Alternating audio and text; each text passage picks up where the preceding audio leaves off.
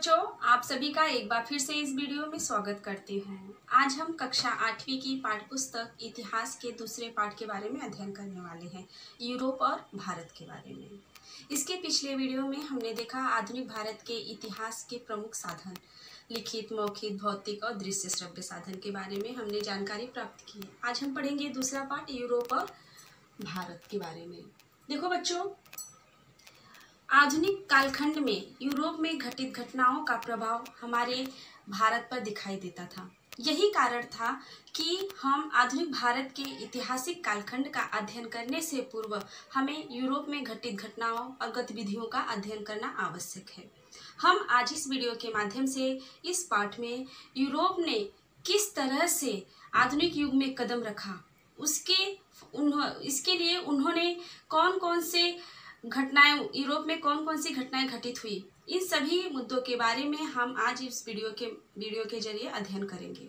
तो इसके अंतर्गत जो घटनाएं घटित हुई थी, सबसे पहले पुनर्जागरण युग, फिर दूसरा था धार्मिक सुधार आंदोलन, फिर अगला है भौगोलिक खोज। ये तीनों विषय बिंदुओं पर आज हम इस वीडियो के माध्यम से अध्ययन करेंगे। तो सबसे पहले है यहाँ पर पुनर्जागरण युग और दूसरा है पुनर्जागरण से लाभ, अगला है धार्मिक सुधार आंदोलन और चौथा है भौगोलिक खोज। इन सब महत्वपूर्ण मुद्दों के बारे में आज हम इस वीडियो के माध्यम से अध्ययन करेंगे। तो देखो बच्चों, पुनर्जागरण युग क्या है।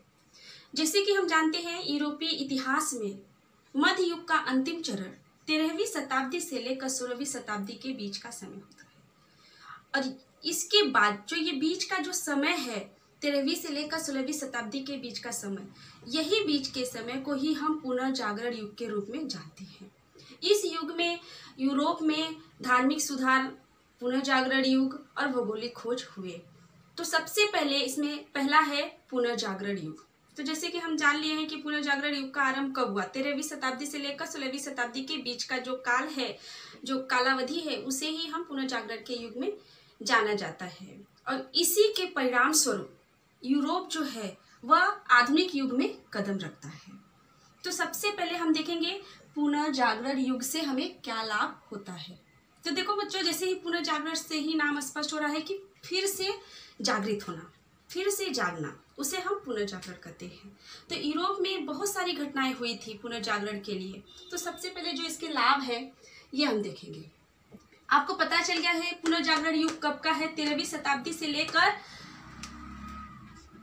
13वीं शताब्दी से लेकर के 16वीं शताब्दी, इसके बीच का जो कालावधि है बच्चों, इसी कालावधि में यूरोप में पुनर्जागरण युग हुआ।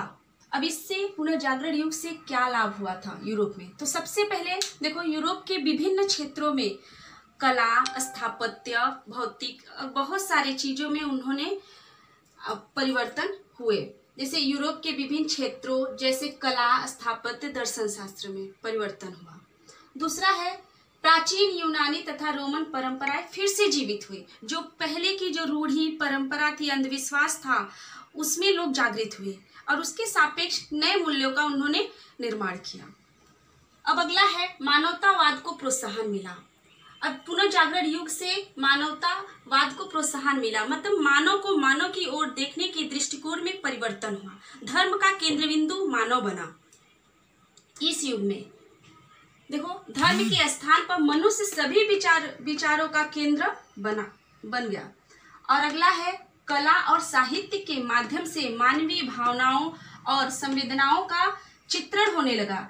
इस पुनर्जागरण युग से ही हमें कला और साहित्य, इस युग में बहुत सारे कला, स्थापत्य और दर्शन शास्त्र का विकास हुआ था, उसमें परिवर्तन हुआ था, जिसकी वजह से मानव की संवेदना और भावनाएं साहित्य में प्रस्तुत किए जाने लगे। और यही कारण है कि वहाँ पे प्रादेशिक भाषाओं में साहित्य लिखा जाने लगा। प्रादेशिक भाषाओं में साहित्य लिखा जाने का ये कारण है बच्चों की सन 1450।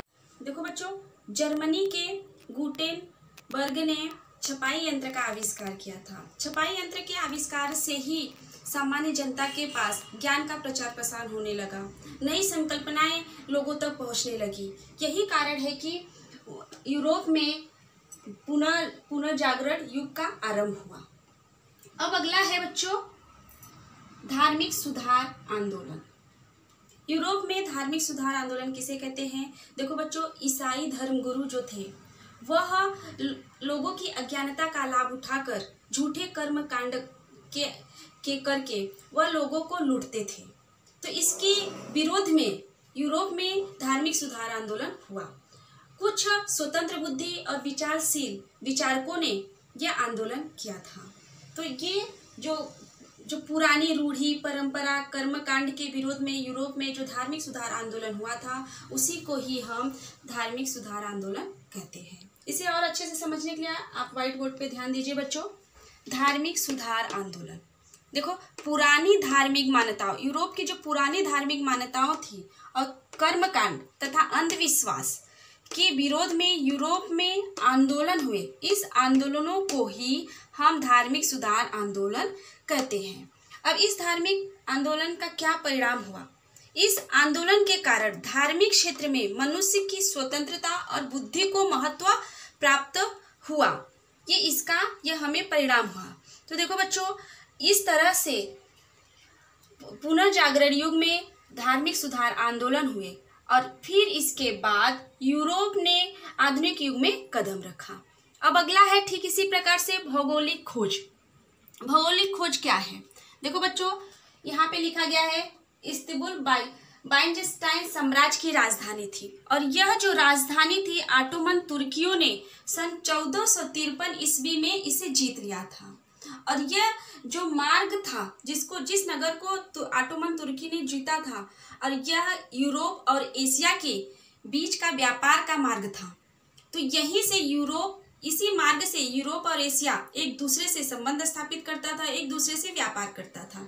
लेकिन जब यह मार्ग तुर्कियों ने जीत लिया था और यह मार्ग जीतने के बाद उन्होंने यह मार्ग बंद कर दिया, जिसके कारण से यूरोप और एशिया एक दूसरे से व्यापार नहीं कर पाते थे। इसलिए यूरोप को नए नए भौगोलिक खोजों की आवश्यकता पड़ने लगी। इसे ही हम ये भौगोलिक खोज कहते हैं। तो देखो बच्चों, सबसे पहले ये जो प्रादेशिक जो यहाँ पे यूरोप में जो पुनर्जागरण युग हुआ था, तो उसमें से जो सबसे इस युग में महत्वपूर्ण भूमिका जिसका था वह थे लियोनार्दो दा विंसी का। यह हर क्षेत्र में पारंगत थे।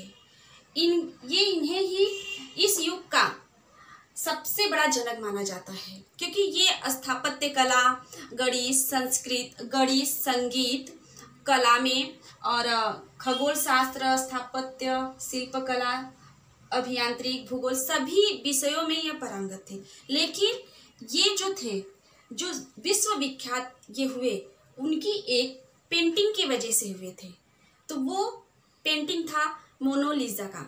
तो आइए देखते हैं मोनालिसा का पेंटिंग इन्होंने किस तरह से बनाया था, जिसकी वजह से ये विश्व विख्यात हुए। यही चित्र लियोनार्दो दा विंसी का है, जिन्होंने पुनर्जागरण युग का सर्वगुण संपन्न व्यक्तित्व माना जाता है। वह अनेक शास्त्रों और कलाओं में पारंगत थे, जैसे शिल्पकला, स्थापत्य कला, गणित, अभियांत्रिकी, संगीत, खगोल विज्ञान जैसे विविध विषयों पर उनका असाधारण अधिकार था। परंतु वह चित्रकार के रूप में विश्वविख्यात सिद्ध हुए और उन्होंने जो चित्र बनाई थी उसमें मोनालिसा और द लास्ट सफर चित्रकृतियाँ कालजयी विजय बनी, मतलब वह विश्व विख्यात हुई। तो उसमें से पहला चित्र जिसका है बच्चों मैं आपको दिखा रही हूँ मोनालिसा का, जिसे आप ध्यान से देखिए। यह चित्र मोनालिसा का था, जिसका पेंटिंग बनाकर लियोनार्दो दा विंसी विश्व विख्यात हुए। इसी तरह से उन्होंने दूसरा चित्र भी बहुत ही सुंदर तरीके से बनाया है। देखिए आप, उनका दूसरा पेंटिंग यहाँ पर दिया गया है बच्चों। देखिए चित्र को ध्यान से। यहाँ पे ईसा मसीह अपने शिष्यों के साथ भोजन कर रहे हैं। इसी का चित्रण उन्होंने अपने चित्र को बहुत सुंदर तरीके से बनाया है। ये दोनों चित्र बनाकर वे विश्वविख्यात हुए थे। पुनर्जागरण युग में इनका नाम सर्वोपरि लिया जाता है। देखो बच्चों, आज की कक्षा में जो आपको पढ़ाया गया है उसमें हमने पढ़ा है कि पुनर्जागरण युग किसे कहते हैं, पुनर्जागरण युग से हमें कौन से लाभ होते हैं, धार्मिक सुधार आंदोलन किसे कहते हैं और भौगोलिक खोज क्या है। इन सब महत्वपूर्ण मुद्दों के बारे में हमने अध्ययन किया। तो आज की कक्षा के अनुसार आपको यह गृह कार्य दिया जाता है बच्चों। इस प्रश्न को ध्यान से देखिए। यूरोपीय देशों को एशिया की ओर जाने वाले मार्गों को खोजना आवश्यक हुआ। यह एक कारण है जिसे आपको बताना है। जैसे कि मैं आपको वीडियो में पढ़ाते समय बताई थी कि यूरोपीय देशों को, आप यहाँ पे देखिए भौगोलिक खोजों की जो मार्ग है उसे खोजना आवश्यक क्यों हुआ यूरोप को, क्योंकि जो वो नगर था जहाँ से ये मार्ग होकर जाता था उसको ऑटोमन तुर्कियों ने 1453 ईस्वी में जीत लिया था, जितने के कारण उनका एशिया के साथ व्यापार नहीं हो पाता था, उनसे संबंध नहीं स्थापित हो पाता था। यही कारण है कि यूरोप को नए मार्गों की खोज करना आवश्यक हुआ। ये प्रश्न का उत्तर आपको लिखना है बच्चों, और शुक्रवार और शनिवार को अपने ग्रुप में इसका फोटो भेजना है। अगले वीडियो में हम फिर मिलेंगे। धन्यवाद।